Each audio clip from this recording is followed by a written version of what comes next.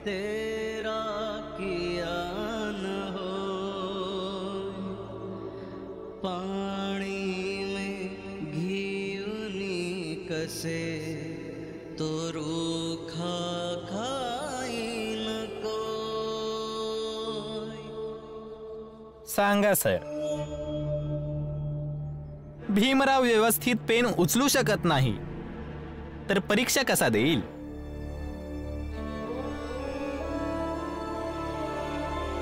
भीमभाऊ प्रयत्न करा.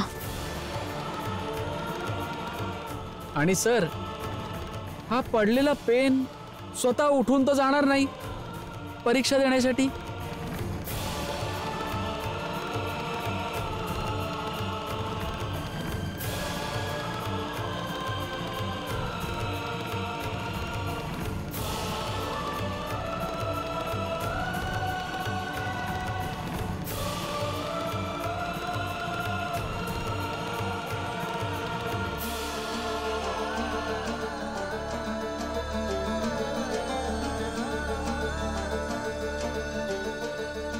तुम्ही उभे राहा, मी उचलते पेन.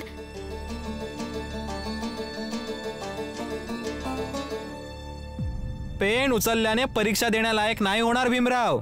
रमा अजून जिवंत आहे.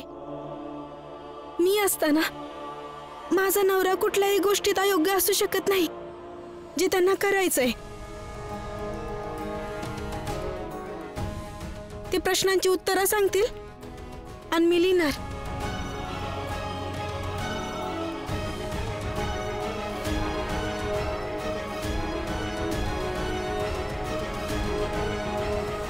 हा काय घरचा स्वयंपाक नाहीये की एकाने सांगितलं मीठ टाक तर दुसऱ्याने मीठ टाकायचे, मग सांगितले मसाले टाका तर मसाले टाकायचे आणि जेवण बनले. महिपालजी, रामांनी जे सांगितलं ते चुकीचं तर नाही ना? आणि ह्यात वाईट तरी काय आहे? परीक्षा विद्यार्थ्यांची पात्रता बघण्यासाठीच असते ना. रामा तेच लिहिल जे भीम आपल्या बुद्धीनं सांगल. व्हय, असं बी तर केलं जाऊ शकतं. हे कॉलेज आहे आणि कॉलेजमध्ये कॉलेजचे नियम चालतात. तुम्हा सर्वांची मनमर्जी नाही आणि ना तुमचे भावनांचे नाटक.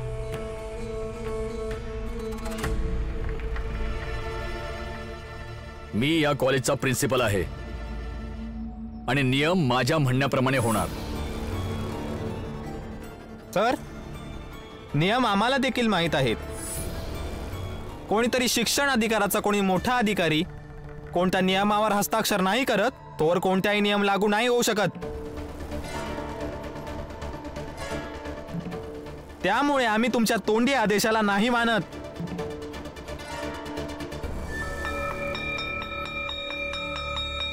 चला मुलांनो, बाकी सर्व परीक्षा द्यायला जा. मी जरा प्रिन्सिपल सरांसोबत कायद्याशी संबंधित गोष्टींवर बोलून येतो.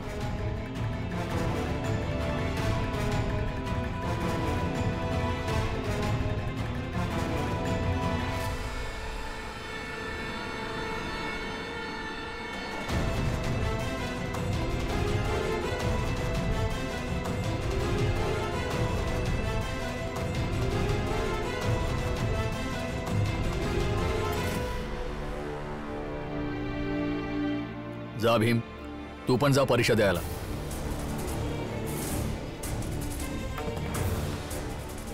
सर, जर तुम्ही तुमच्या स्तरावर नियम बदललेत तर तुम्हाला कायदेशीर कारवाई देखील होऊ शकते.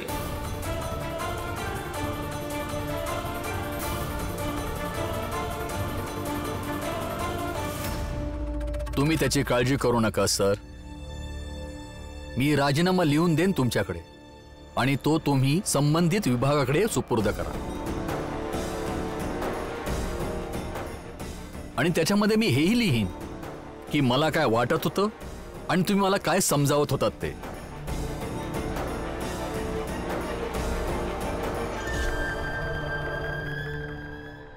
आणि याची साक्ष नाम जोशी सर देतीलच. बस फक्त एकदा भीमरावाची परीक्षा होऊन जाऊ दे, मग बघू निर्णय काय लागतो ते.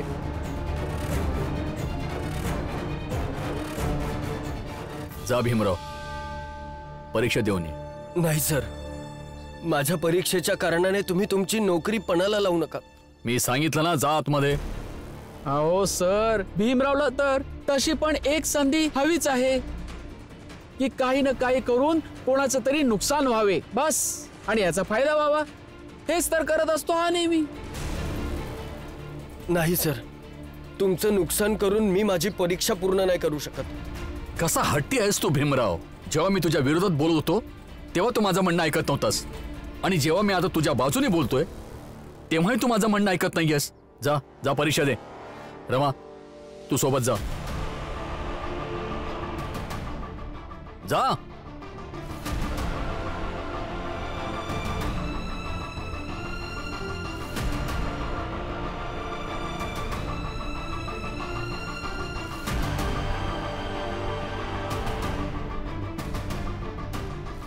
नामजोशी सर, तुम्ही परीक्षा घ्या.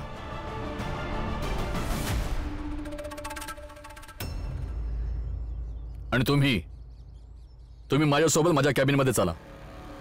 चला. चला.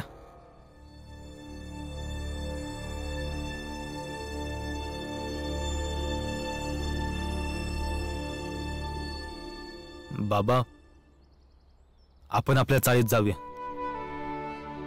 लक्ष्मी, तू इथंच थांब. भीम आणि रमा संगत ये.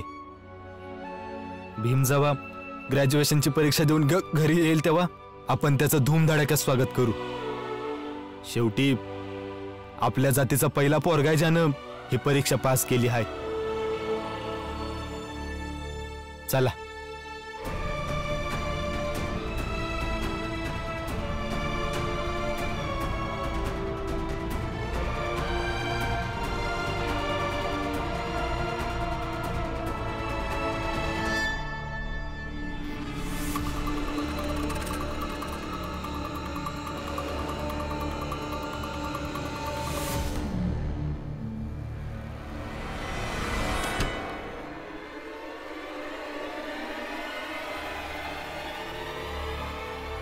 सुमित, झालं, चल लवकर. आणि ऐक, तू चाळीच्या मागच्या रस्त्यानंच घरात जा. करुणा घरातच भेटेल तुला. मग आपण जसं ठरवलं हाय तसंच कर, ठीक आहे? चला चला.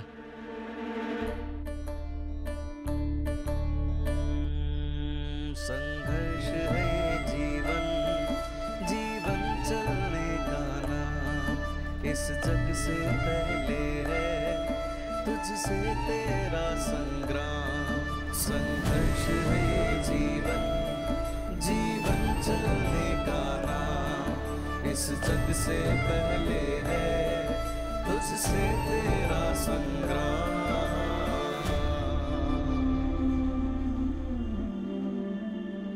सर, भीमासोबत जी घटना घडली ते पाहिल्यानंतर माझ्या मनात विचार आला की राजीनामा लिहिण्यासोबतच मी आणि तुम्ही जे जे भीमराव सोबत वाईट केलं ते सगळं लिहावं. मग निर्णय या सर्वांची पडताळणी केल्यावरच व्हावं. सर, असं नका करू. माझी नोकरी चालल्या जाईल. सर, करावं लागेल. एका प्रिन्सिपलच्या नात्याने, एका शिक्षकाच्या नात्याने आपण भीमरावासोबत खूप वाईट वागलो आहे. आणि विश्वास ठेवा सर, भीमराव खूप मोठा माणूस बनेल एके दिवशी. आज जर आपण त्याची माफी नाही मागितली तर उद्या त्याच्या समोर खूपच लहान दिसू. तर तुम्ही माफी मागा ना, मला का मागायला सांगतात? सर, तुम्ही या कॉलेजमध्ये सगळ्यात जवळचे शिक्षक आहात. आणि जवळचे याचा अर्थ असा होतो की चुकीच्या गोष्टींना थांबवायचं. आणि आज हा अनुभव आला की आपण चुकीचे होतो, त्यामुळे मी स्वतःला सुधारत आहे आणि तुम्हालाही सुधारण्याचा आग्रह करत आहे. त्यामुळे फायनल तुम्हाला एक गोष्ट सांगतो की तुम्ही परीक्षा संपल्यानंतर भीमरावाची तुम्ही माफी मागा आणि त्याला आशीर्वाद द्या की तो चांगल्या गुणांनी पास व्हावा. नाहीतर जे मी बोललो आहे ते मी लिहितो आणि तुम्ही संबंधित विभागापर्यंत पोहोचवा. आता निर्णय तुमच्या हातात आहे. जे काही करायचं असेल विचार करून करा.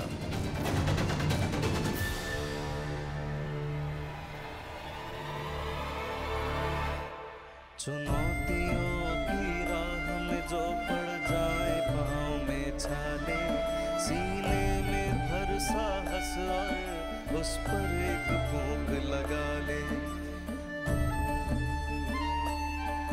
संघर्ष है ये जीवन, जीवन चलने का नाम. इस जग से पहले है तुझसे तेरा संग्राम. याचं उत्तर सांगा.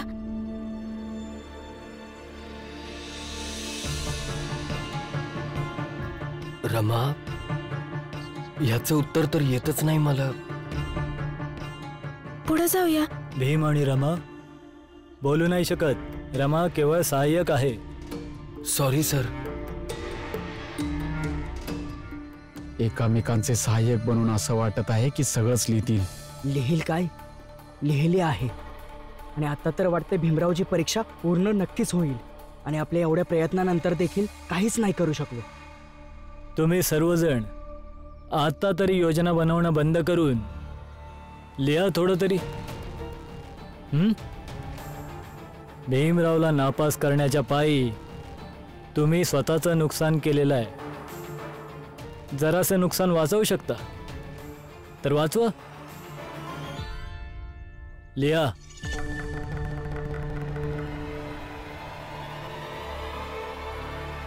आता थोड्याच वेळात भीम परीक्षा संपून येईल. आपण समध्याने त्याचं स्वागत करायचं. जेवढी लोक आहेत त्या समध्याने एक एक फूल घेऊन.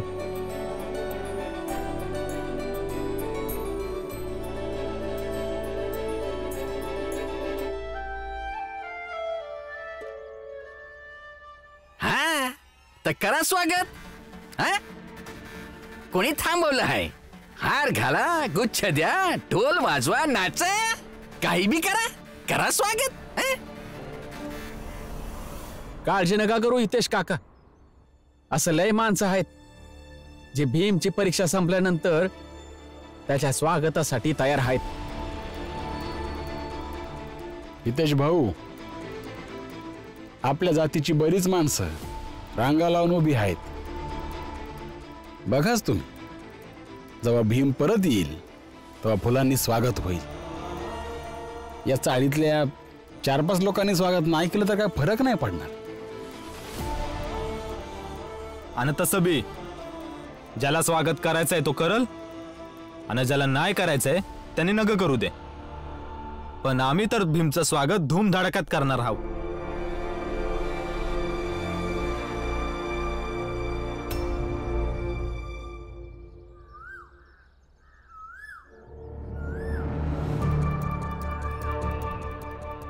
जा बाळा जा. तुझा तर खेळ आता सुरू झाला आहे आणि तुम्ही सगळे काय इथं आनंद साजरा कराल. इथं तर आता शोक साजरा केला जाईल.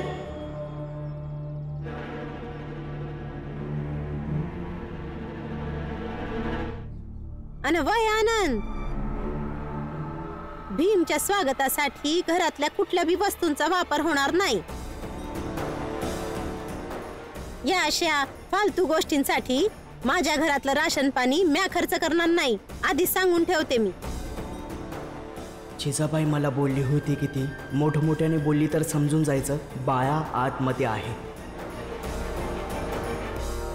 तशी बी तुझ्याकडनं कुठलीच आशा नव्हती. तू काळजी करू नकस. तुझ्या घरातलं काही बी नाही घेतलं जाणार. हे रामजी सकपाळ अजूनपर्यंत एवढा लाचार नाही झालाय. भीमसाठी समज बाहेरून एकच घेऊन येणार. बघच तू.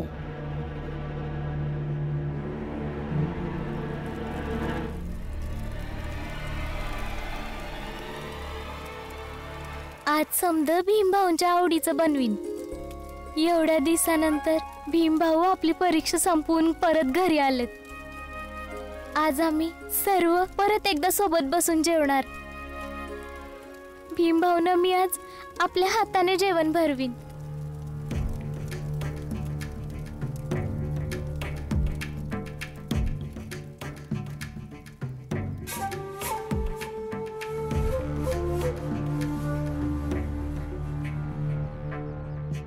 आणि मला देखील तुझ्या हाताने जेवण भरव.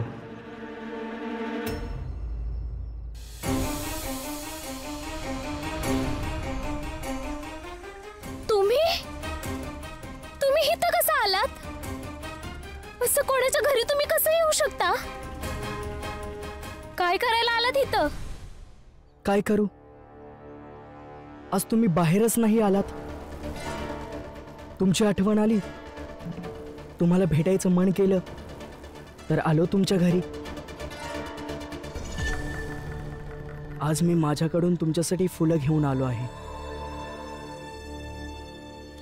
नकोय मला हे समज. जा तुम्ही इथून. ऐकायला नाही येतंय? जा तुम्ही इथून.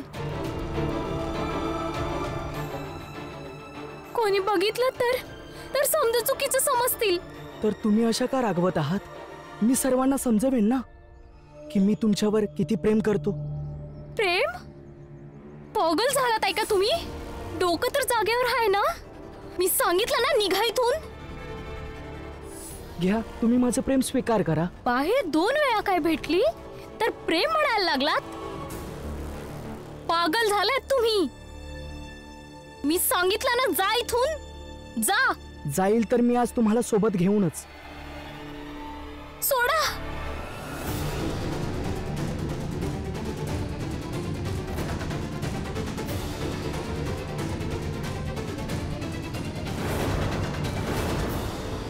अच्छा, तर हे समजा चाललं आहे इथं. बघा ना, हा मुलगा अचानक इथं आला. मला जबरदस्ती. बस, समजा समजला आहे मला. तुला जर समजले तर आमच्या दोघांच्या प्रेमामध्ये येऊ नकोस ना. प्रेम? काय बडबडतोयस तू? हा पागल झालाय. येडं समजताय मला. तुम्ही दोघं माझ्या पाठीमागनं हे सगळं कराल. आताच दाखवतो तुला. तर ठरलंय मग समध्या अंगणात फुलांच्या माळा लावायच्या आणि भीमच्या यायच्या नंतर त्याच्यावर फुलांचा पाऊस पाडायचा.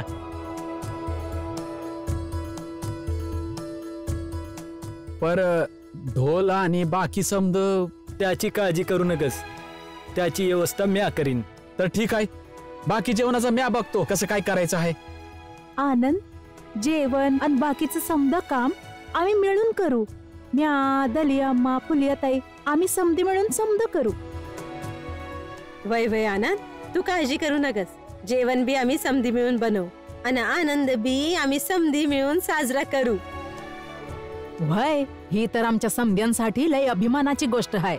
आणि तसं बी जे बाकीच्या लोकांनी भीमची कदर असू दे नाहीतर नसू दे,